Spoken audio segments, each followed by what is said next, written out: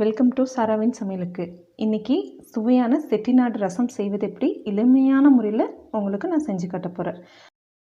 அதுக்கு தேவையான ஐட்டம்ஸ் 2 நான் தக்காளி எடுத்திருக்கேன், கொஞ்சம் புளினை ஆல்ரெடி ஊற வச்சு வச்சுருக்கேன், அப்புறம் வரமிளகாய் பொடி, மஞ்சள் பொடி, ஜீரகம், ரசப்பொடி கொஞ்சம் எடுத்திருக்கேன், பெருங்காயம் கொஞ்சம், மிளகு, அப்புறம் கொஞ்சம் பூண்டு, வரமிளகாய் தாளிக்கிறதுக்கு, சின்ன வெங்காயம், ஒரு பச்சை மிளகாய், கருவேப்பிலை, கொத்தமல்லி தழை.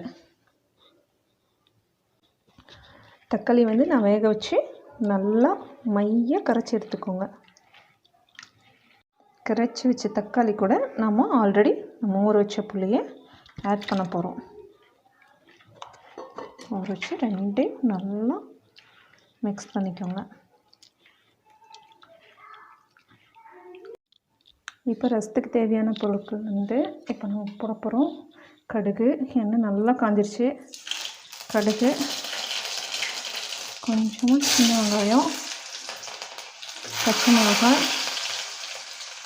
கருவேப்பிலை, 2 வரமிளகாய்,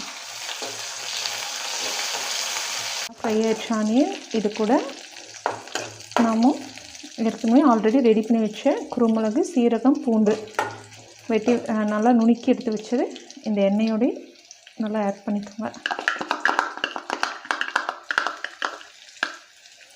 பண்ணி எண்ணெயிலையும் நல்லா வதக்கிக்கோங்க. அந்த எண்ணெயோட சேர்ந்து நல்ல ஒரு மணம் வரும். அந்தளவுக்கு ஆட் பண்ணிவிட்டு இது கூட லைட்டாக மஞ்சள் பொடி,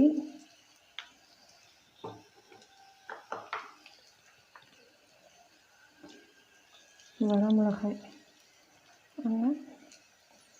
1.5 டீஸ்பூன் நீங்கள் சேர்த்து நல்லா ஆயிலோடு மிக்ஸ் பண்ணிக்கோங்க.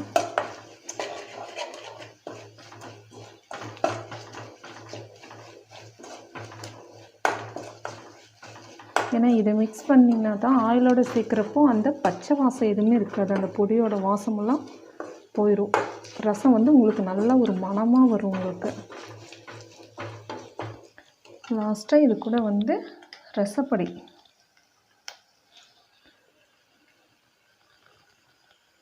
ரசப்பொடி 1.5 டீஸ்பூன் எடுத்துக்கோங்க. நல்லா ஃப்ரை பண்ணிக்கோங்க. ஏன்னா இந்த பொடிகளோட ஸ்மெல் போனால் தான் அந்த பச்சை வாசம்னு சொல்கிறாங்க, அது போனால் தான் ரசத்தோட டேஸ்ட்டே உங்களுக்கு வரும். நல்லா நம்மளுக்கு வணங்கிருச்சு. இப்போ நம்ம கரைச்சி வச்சுருக்கேன் தக்காளி, புளி, இதில் நம்ம இதனோட இப்போ ஆட் பண்ண போகிறோம்.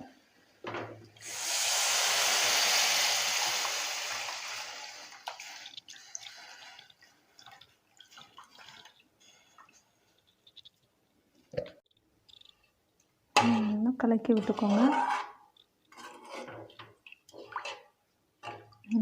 பாருங்கள், உங்களுக்கு அந்த எல்லாம் பொடியெல்லாம் நம்ம போயிட்டு எண்ணெயில் வதக்கினோன்னே அந்த ரசத்தோட கலர் பாருங்கள் எவ்வளோ கலர்ஃபுல்லாக வந்திருக்குங்க. இது கூட இப்போ தேவையான அளவு உப்பு ஆட் பண்ண போகிறோம்.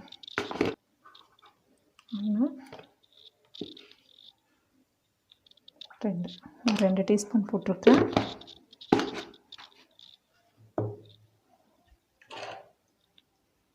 இதை இப்போ க்ளோஸ் பண்ணி வச்சுருங்க.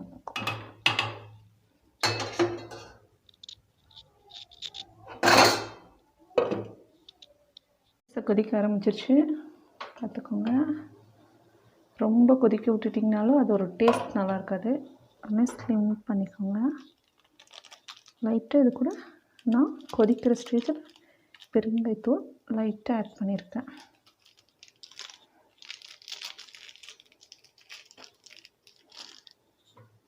லாஸ்ட்டாக நம்ம வறுத்து வச்சு வரமிளகாயை போட்டு கொத்தமல்லி,